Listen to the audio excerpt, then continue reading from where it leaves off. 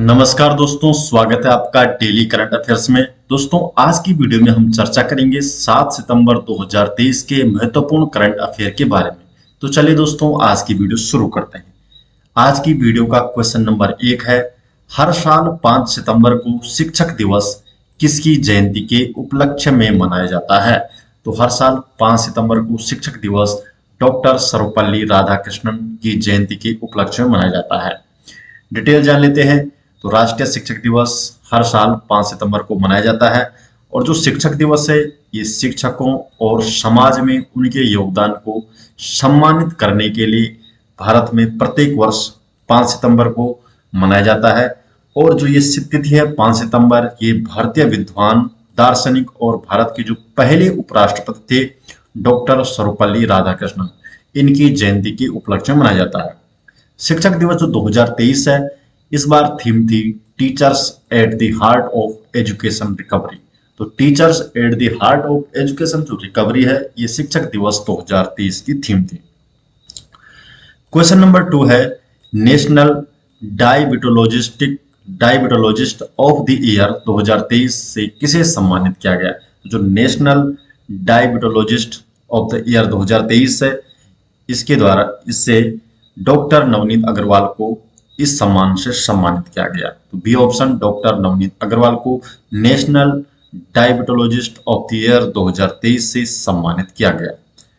Question number 3 है, 43वां ASEAN शिखर सम्मेलन कहाँ आयोजित किया गया? जो 43वां आसियान शिखर सम्मेलन है, ये जकार्ता में आयोजित किया गया। ए ऑप्शन इसका सही जवाब है। तो जकार्ता में आयोजित किया गया है 43वां एशियन शिखर सम्मेलन।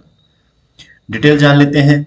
तो 43वां जो एशियन शिखर सम्मेलन है, ये जकार्ता जो कि इंडोनेशिया में है, तो इंडोनेशिया में ये आयोजित किया जा रहा है और ये सम्मेलन 5 से 7 सितंबर 2023 तक चलेगा। तो 2 दिन का ये सम्मेलन है और ये जो बैठक है ये दक्षिण चीन सागर में बढ़ते तनाव के बीच हो रही है। जो एशियन समूह है, association of south east Asian nation, ये दक्षिण पूर्वी एशियाई राष्ट्रों का एक संगठन है और इसकी स्थापना हुई थी 8 अगस्त 1976 को बैंकॉक, थाईलैंड में। तो बैंकॉक, थाईलैंड में 8 अगस्त 1967 में इसकी स्थापना हुई थी और ये दक्षिण पूर्वी एशियाई राष्ट्रों का एक संगठन है। क्वेश्चन नंबर 4 है, वर्ल्ड वेट लिफ्टिंग चैंपियनशिप 2023 का आयोजन कहां पर किया जाएगा? तो जो वर्ल्ड वेट लिफ्टिंग चैंपियनशिप 2023 है, इसका आयोजन रियाद में किया जा रहा है। बी ऑप्शन इसका सही जवाब है। तो रियाद में वर्ल्ड वेट लिफ्टिंग चैंपियनशिप 2023 का आयोजन किया जाएगा। तो जो वर्ल्ड वेट लिफ्टिंग चैंपियनशिप है, बोले तो विश्व भारोत्तोलन चैंपियनशिप 2023, इसका आयोजन सऊदी अरब के रियाद में शुरू हुआ है और ये जो चैंपियनशिप है ये 4 से 17 सितंबर 2023 तक आयोजित की जा रही है। तो 4 सितंबर से ये शुरू हो चुकी है और 17 सितंबर तक ये विश्व भारोत्तोलन चैंपियनशिप 2023 चलेगी। क्वेश्चन नंबर 5 है, केंद्रीय शिक्षा मंत्री धर्मेंद्र प्रधान ने किसे डीम्ड यूनिवर्सिटी, तो डीम्ड यूनिवर्सिटी का दर्जा केंद्रीय मंत्री धर्मेंद्र प्रधान ने किसे दिया है? तो सही जवाब इसका एनसीईआरटी। तो एनसीईआरटी को केंद्रीय शिक्षा मंत्री धर्मेंद्र प्रधान ने डीम्ड यूनिवर्सिटी का दर्जा प्रदान किया है। तो ए ऑप्शन सही जवाब है। डिटेल जान लेते हैं। तो NCERT national council of educational research and training, जो एनसीईआरटी है, इसे मानित विश्वविद्यालय यानी कि डीम्ड यूनिवर्सिटी का दर्जा दिया गया है और एनसीईआरटी के ये 63वें स्थापना दिवस पर शिक्षा मंत्री जो हैं धर्मेंद्र प्रधान ने इसकी घोषणा की है कि एनसीईआरटी को डीम्ड यूनिवर्सिटी का दर्जा दिया गया है इसके 63वें स्थापना दिवस पर। क्वेश्चन नंबर 6 है, हाल ही में दुनिया की सबसे ऊंचे लैंडमार्क साइन का गिनीज वर्ल्ड रिकॉर्ड बनाने वाले जो हट्टा साइन है, ये कहाँ स्थित है?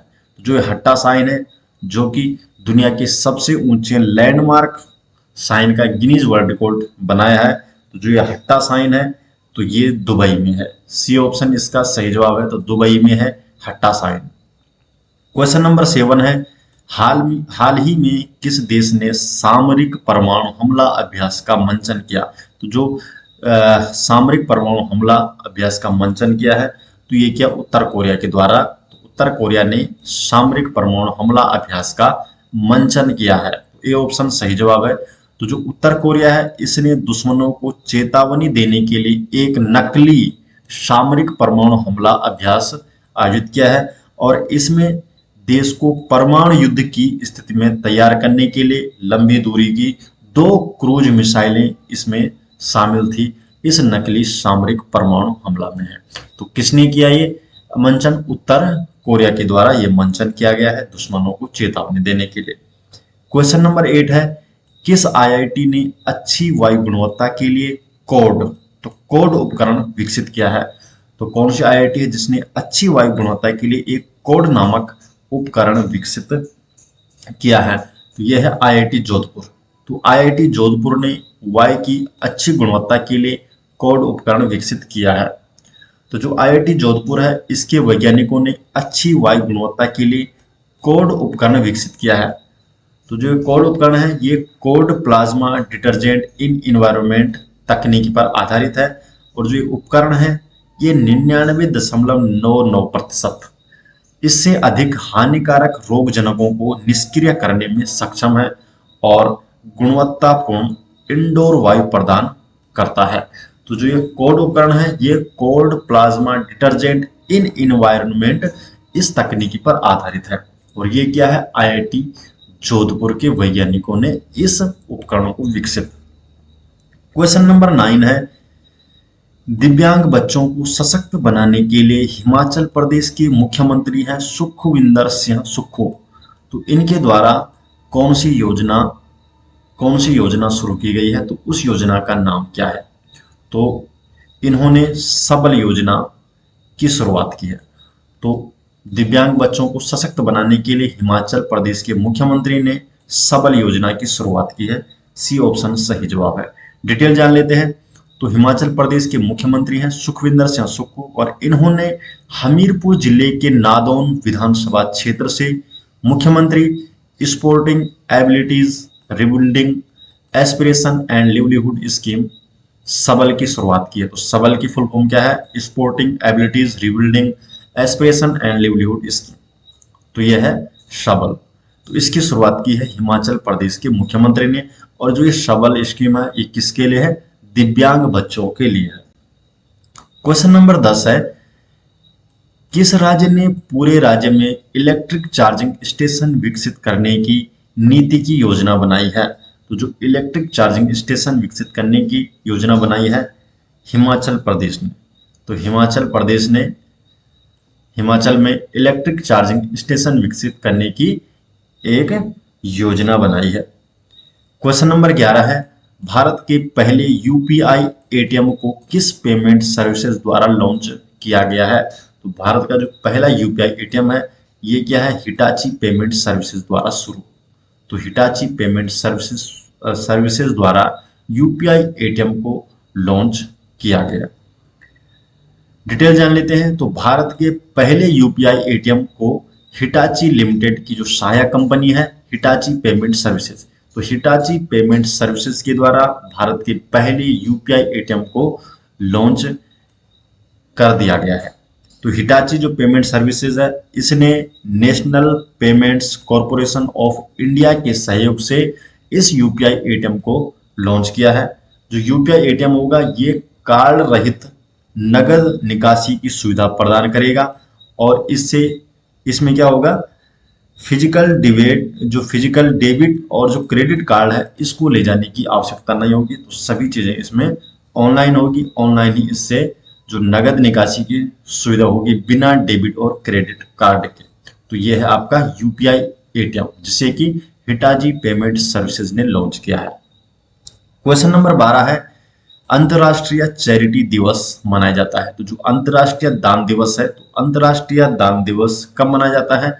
तो अंतर्राष्ट्रीय दान दिवस हर साल 5 सितंबर को मनाया जाता है। तो 5 सितंबर को अंतर्राष्ट्रीय चैरिटी दिवस मनाया जाता है। तो अंतर्राष्ट्रीय चैरिटी दिवस है, ये सबसे पहली बार ये मनाया गया था हंगरी में। तो हंगरी ने मनाया था सबसे पहली बार अंतर्राष्ट्रीय चैरिटी दिवस। और इसके बाद संयुक्त राष्ट्र संघ ने 2012 में हर साल 5 सितंबर को अंतर्राष्ट्रीय चैरिटी दिवस यानी अंतर्राष्ट्रीय दान दिवस मनाने की घोषणा की थी। तो संयुक्त राष्ट्र संघ ने कब किया था इसकी शुरुआत? 2012 में 5 सितंबर को अंतर्राष्ट्रीय दान दिवस मनाने की घोषणा की थी। क्वेश्चन नंबर 13 है, भारत की अध्यक्षता में होने वाले G20 समिट में कितने देशों को गेस्ट कंट्री, तो गेस्ट कंट्री के रूप में आमंत्रित किया गया है? तो भारत में जो होने वाला G20 समिट है, तो इसमें कितने देशों को गेस्ट कंट्री के रूप में आमंत्रित किया गया है? तो 9 देशों को। तो 9 देशों को गेस्ट कंट्री के रूप में आमंत्रित किया गया है। तो भारत ने इस बार अपनी अध्यक्षता के तहत 9 गैर G20 देशों को आमंत्रित किया है। तो ये 9 गैर G20 देश है, इसमें शामिल है बांग्लादेश, मिस्र, UAE, Netherlands, Mauritius, Nigeria, Oman, Singapore और स्पेन। तो ये 9 गैर G20 देश हैं जिसे कि भारत ने आमंत्रित किया है G20 समिट में। और जो G20 समिट है, G20 शिखर सम्मेलन है, ये 9 और 10 सितंबर को नई दिल्ली में आयोजित किया जाएगा। तो दोस्तों ये हो गए आज के करंट अफेयर, और आशा करते हैं कि आपको ये सीरीज पसंद आ रही है। अगर आपको ये सीरीज पसंद आती है तो इस सीरीज को अधिक से अधिक लाइक कीजिए, अपने अधिक से अधिक दोस्तों तक शेयर कीजिए। अगर आप पहली बार चैनल में आए तो चैनल को सब्सक्राइब जरूर कर लीजिए। और दोस्तों ये जो सभी नोट्स है ये आपको मिल जाएंगे हमारे वेबसाइट में, जिसका लिंक आपको डिस्क्रिप्शन में मिल जाएगा। तो आप डिस्क्रिप्शन में जाके उस लिंक के थ्रू हमारी वेबसाइट में जा सकते हैं और वहां पर डेली करंट अफेयर के जो नोट्स हैं ये आपको वहां पर उपलब्ध हो जाएंगे। तो मिलते हैं दोस्तों नेक्स्ट वीडियो के साथ, तब तक के लिए आपका बहुत बहुत धन्यवाद।